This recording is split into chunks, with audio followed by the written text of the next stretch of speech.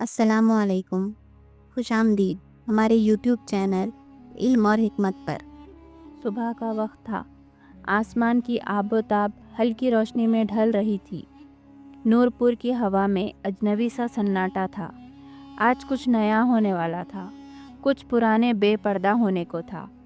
قلعے نور کے نیچے ایک ایسی تہہ خانہ جس کا ذکر صدیوں سے صرف افسانوں میں ہوتا تھا، اب اصل روپ میں سامنے آنے والی تھی۔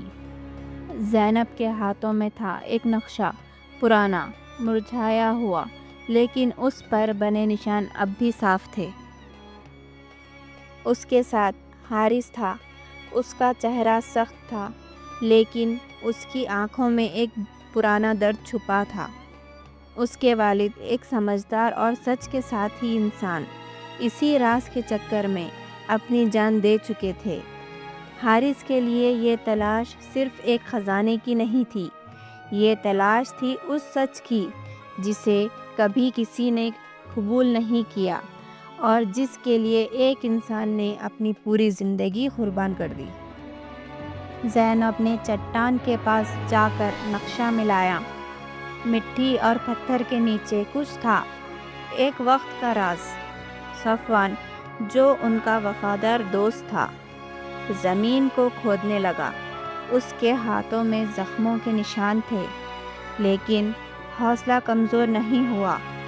چند لمحوں میں زمین نے اپنے راز کھول دیے۔ مٹی سے ایک پرانا صندوق نکلا، لکڑی کا، لیکن اس پر ایک مہر لگی تھی۔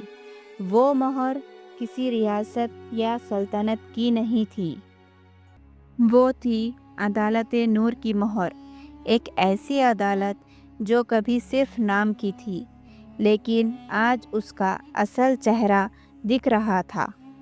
لوگوں نے صندوق کو گھیر لیا۔ حارث نے اسے کھولا اور اندر تھا ایک عالم کا خزانہ، لیکن نہ سونا نہ ہیرے، صرف کتابیں تھیں، پرچیاں تھیں اور ایک منشور۔ سب کچھ قدیم اردو میں تھا، جس میں ایک پیغام چھپا تھا، پیغام انصاف۔ کتاب کا نام تھا نور الحق۔ اس میں لکھا تھا ایک نظام کا طریقہ جہاں ہر شخص برابر ہو، جہاں نہ ذات ہو نہ امیر غریب کا فرق، جہاں صرف انصاف ہو، روشنی ہو اور سچ ہو۔ زینب نے وہ پرچیاں اٹھائی، ان پر لکھے لفظوں کو دیکھا اور کہا، یہ صرف تاریخ نہیں، یہ تو آنے والی پیڑھیوں کا راستہ ہے۔ حارث نے سوچا، اس کے والد نے یہ سب کچھ چھپایا تاکہ ظلم اس خزانے کا گلا نہ گھونٹ پائے۔ جاوید خان، جس نے قلعے پر قبضہ کر لیا تھا، وہ صرف خزانہ چاہتا تھا۔ اسے کیا پتا تھا کہ اصل دولت تو سوچ ہوتی ہے، نظام ہوتا ہے اور انصاف ہوتا ہے۔ باہر جاوید خان کے سپاہی جمع ہو رہے تھے۔ گاؤں کے لوگ گھبرائے ہوئے تھے، ہر طرف خوف تھا، لیکن حارث نے فیصلہ کیا، اس بار لڑائی تلواروں سے نہیں، سچائی سے ہوگی۔ اس نے کہا کہ وہ کتاب سب کے سامنے پڑھے گا تاکہ ہر وہ شخص جان لے کہ اصل قانون کیا تھا۔ زینب نے ہاں میں ہاں ملائی۔ ان کی آنکھوں میں وہ جذبہ تھا جو بدلاؤ کی پہلی شان ہوتی ہے۔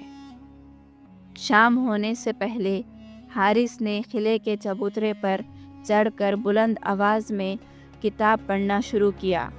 ہر لفظ دلوں میں اتر گیا۔ جو انسان دوسرے انسان کا حق مارے وہ مجرم ہے، جو انصاف کرے وہ ولی ہے۔ نور پور اب اندھیرے میں نہیں رہے گا۔ یہ آواز صرف آواز نہیں تھی، یہ ایک لہر تھی۔ آس پاس کے لوگ، جوان، بزرگ اور سپاہی، سب کے چہرے پر ایک سوچ تھی۔ کچھ سپاہی جھک گئے، انہوں نے اپنی تلواروں کو نیچے رکھ دیا۔ جاوید خان اپنے قلعے میں تھا، تنہا اور پریشان۔ اس کے حکم کی کوئی سنوائی نہیں تھی۔ اس کے اپنے لوگ اسے چھوڑ کر جا چکے تھے۔ اس کی چیخیں اب دیوار تک ٹکرا کر لوٹ آتی تھی۔ اس نے کہا، ان لوگوں کو روکو، یہ صرف کتابیں ہیں۔ لیکن کوئی سننے والا نہیں تھا۔ اس کی سلطنت جو خوف اور پیسے کے بل پر بنی تھی اب مٹی میں ملتی جا رہی تھی۔ رات کے وقت جب اندھیرا گہرا ہوا، حارث، زینب، صفوان اور گاؤں کے لوگ ایک جگہ جمع ہوئے۔ زینب نے کہا، اصلی جیت تو تب ہوگی جب یہ نظام ہر دل میں اتر جائے گا۔ حارث نے اس بات کو آگے بڑھایا، یہ پیغام صرف نور پور کا نہیں، یہ ہر اس جگہ کے لیے ہے جہاں ظلم ہے، جہاں اندھیرا ہے، جہاں آواز دبائی جاتی ہے۔ اور پھر وہ سب مل کر ایک نئی راہ پر چل پڑے۔ صندوق میں چھپی وہ کتاب، وہ پرچیاں، وہ منشور، سب کچھ اب عوام کا تھا۔ قلعہ اب ان کا تھا، لیکن اصلی قلعہ تو دلوں میں بننا تھا، روح میں اترنا تھا۔ یہ پیغام تاکہ اندھیرا صرف ایک جگہ سے نہیں، ہر جگہ سے مٹا دیا جائے۔